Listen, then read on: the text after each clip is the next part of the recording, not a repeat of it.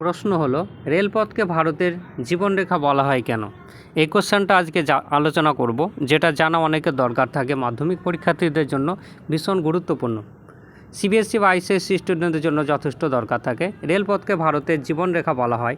1853 সালে মুম্বাই থেকে থানে পর্যন্ত প্রথম রেলপথ স্থাপিত হয়।